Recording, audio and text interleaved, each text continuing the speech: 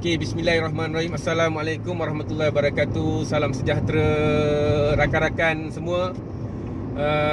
Okey, hari ni saya nak menyampaikan satu kisah yang agak menarik.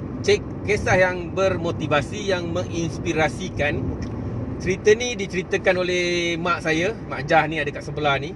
Tadi dalam kereta mak cerita benda ni pada saya dan saya sangat tertarik mendengar kisah ni sebab saya tak pernah dengar kisah ni. Jadi saya nak share dalam bentuk video. Okey. Kisah ni tentang satu burung lah, seekor burung. Okey. Mak tengok kat mana mak cerita ni mak? Itu kat India. Kat India. Okey. Mak saya tengok cerita ni dalam YouTube di Kerala lah, Kerala India. Okey, kisah ni dalam cerita YouTube tu. Jadi Mak Jah cerita kat saya tadi dalam kereta tentang seekor burung. Kisah dia tentang seekor burung, di mana burung ini sedang mencari tempat untuk membuat sarang. Jadi maka dia pun terbang. Dia terbang dan dia jumpalah sepohon pokok berhampiran dengan sebatang sungai. Dan burung ini terbang ke pokok itu. Dan untuk buat sarang, burung ini minta izin kepada pokok tadi ni. Dia kata pada pokok ni dia nak buat sarang di atas pokok tu lah, minta izin kan. Jadi pokok ni tadi jawab pada burung ni, aku tak benarkan kau buat sarang atas pokok aku, atas dahan aku, dia kata. Jadi burung tadi rasa sedih lah kan, sebab dia cuma nak buat sarang, tapi pokok ni tak benarkan, tak izinkan dia buat sarang. Maka burung ni pun terbanglah ke pokok lain. Carilah pokok lain yang berhampiran dengan pokok tadi ni. Dapatlah sebatang pokok tadi. Dia pun hinggap di pokok tadi dan bagi tahu pada pokok tadi untuk buat sarang di situ. Pokok ini sangat berbesar hati. Dia kata apa mak? Pokok tadi? Pokok yang kedua. Dia kasih dah diizinkan lah. Okey. Dah selama-lama kalau duduk pun tak apa, dia kasih dah izinkan. Dia kata dia buat sarang lah, dia hinggap kat situ. Okey. Jadi pokok yang kedua ni cakap diizinkan kepada burung tadi untuk buat sarang selama-lamanya. Kau duduklah di atas dahan aku ni selama-lamanya yang kau nak duduk, dan aku benarkan kau untuk buat sarang di atas pokok aku tadi. Jadi burung tu pun buatlah sarang di atas pokok yang kedua. Tak lama selepas burung ni siap sarang dia dan duduk di pokok yang kedua ni, berlakulah satu banjir besar yang melanda kawasan tersebut dan menyebabkan pokok yang pertama tadi tumbang ke dalam sungai. Dan kejadian ini dilihat oleh burung tadi ni yang berada di atas sarang dia di pokok yang kedua tadi ni, melihat pokok yang pertama yang sepatutnya dibuat sarang tadi tumbang. Dan apa yang berlaku? Yang ni yang penting yang nak kita lihat. Apa yang berlaku? Burung ini pun terbang kepada dahan kepada pokok yang tumbang tadi, dan hinggap ketika pokok itu tumbang, dihanyutkan air, dia pun hinggap di atas pokok itu dan dia pun bercakap kepada pokok tadi. Dia kata apa?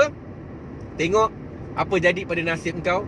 Kalau dah dulu engkau benarkan aku kan bagus. Sekarang tengok, kerana engkau kedekut, engkau tak bagi aku menumpang di dahan kau, akhirnya pokok engkau tumbang dalam air, dihanyutkan oleh arus deras. Inilah balasan Tuhan pada engkau.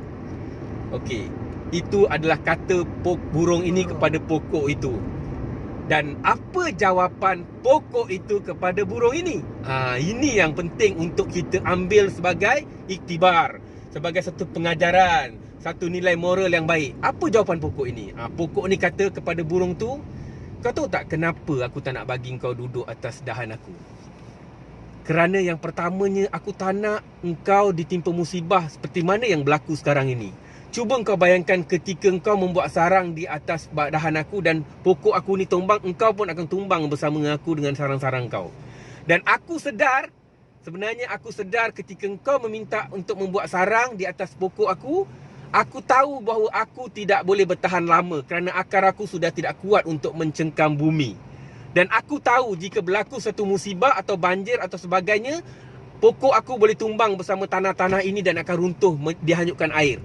Kerana faktor itulah aku melihat bahawa keselamatan kau lebih penting pada ketika itu daripada engkau membuat sarang. Kerana itu aku kecewakan kau untuk engkau tidak kecewa ketika berlaku musibah ini. Dan hari ini kau selamat berada di pokok lain yang bukan di pokok aku. Burung itu pun terdiam dan menyesal kerana berkata sesuatu yang buruk tentang pokok yang tumbang tadi. Dan akhirnya burung itu mengucapkan terima kasih dan terbang balik. Tuan-tuan, puan-puan, rakan-rakan yang mendengar cerita ini daripada cerita mak saya tadi ni, sebenarnya cerita ni memberi moral yang sangat bermakna dalam hidup kita, iaitu perasaan kita, sangkaan kita kepada sesuatu yang kadang-kadang menyebabkan kita rasa benda tu terlalu buruk untuk kita, benda tu terlalu menyakitkan jiwa kita. Kalau berlaku sesuatu musibah atau sebagainya yang berlaku pada hidup kita, termasuk diri saya, selalunya kita akan fikir yang negatif. Kenapalah jadi macam ni, kenapalah Allah uji kita dengan sesuatu yang buruk. Sebenarnya kisah ini, kisah burung ini adalah kisah yang menginspirasikan hidup kita, bahawa setiap perkara yang Allah buat untuk kita, Allah ciptakan untuk kita, yang Allah hantar ujian kepada kita, sebenarnya ada satu benda yang sangat manis di depan kalau kita bersabar. Kalau kita bertahan, bersabar, berdoa, insya-Allah pasti ada satu benda yang baik yang Allah nak janjikan dalam kehidupan kita, yang sebenarnya sangat hebat kalau kita sangka baik. Itulah yang berlaku pada kehidupan kita. Kita selalu berfikiran negatif sebelum sesuatu itu kita dapat tahu kebaikan dan kemanisannya. Sebab itu tuan-tuan dan puan, rakan-rakan yang mendengar video ini, yang melihat video ini, ambil ini sebagai satu semangat dalam diri kita bila berlaku satu ujian yang mungkin menyedihkan kita, fitnah umpamanya, kata-kata nista, ataupun kecaman-kecaman, ataupun sabotaj di sekeliling kita, jangan sesekali kita bersangka buruk. Ambil dia sebagai pengajaran yang sangat bererti, yang sebenarnya boleh membuatkan kita bangkit lebih hebat dan potensi kita lebih menyerlah. Sebab itu tuan-tuan dan puan, apa pun kejadian yang berlaku dalam hidup kita, sebenarnya ada benda baik yang Tuhan nak berikan kepada kita. Dan itulah sebenarnya proses untuk membina karakter dan peribadi kita. Kita jarang nampak benda ni sebab kita selalu fikir yang negatif. Cuba kita bayangkan kata Hamka.